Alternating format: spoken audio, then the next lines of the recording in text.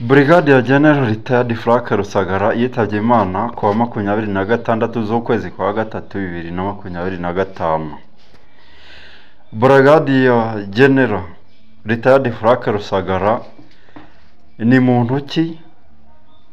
Ni biki yakoze muri iki gihugu cyacu? Reka tumurebeho neza. Nanjye kubaha ikaze kuri byose niyo official. Byo basuhuza ndi antatiriza bahigiye komega banze nkabaziriga mu nzira izo narose zikaba Imana ntizira amagambo bagambanye barunduka ikiganje. Muri kumwe nawe bayingana. Brigadier General Retired Frank Rusagara yitabye Imana ku wa 26 Werurwe 2025 azize uburwayi bwa kanseri yaramaranye iminsi.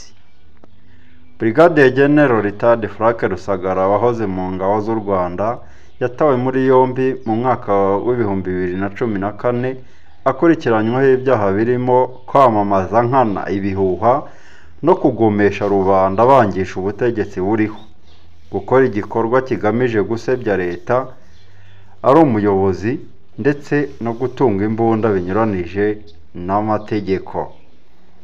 Mu Kuboza 2019 nibwo urukiko rw'ubujurire rwakatiye Brigadier General Retired Frank Rusagara igifungo cy'imyaka 15. Nyuma yo kujurira bitewe no kutanyurwa n'igihano yari yarakatiwe n'urukiko rukuru rwa gisirikare mu 2016 cyo gufunga imyaka 20, nyuma y'uko rumuhamije ibyaha byose yashinjwaga.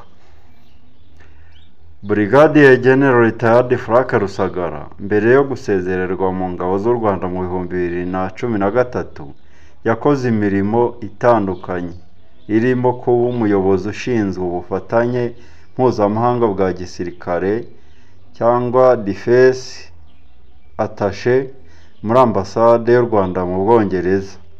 Yabaye kandi umunyamabanga uhoraho muri Minisiteri y'Ingabo, aba umuyobozi w'urukiko rukuru rwa gisirikare ndetse n'umuyobozi w'ishuri rikuru rya gisirikare rya Nyakinama riherereye mu karere ka Musanze.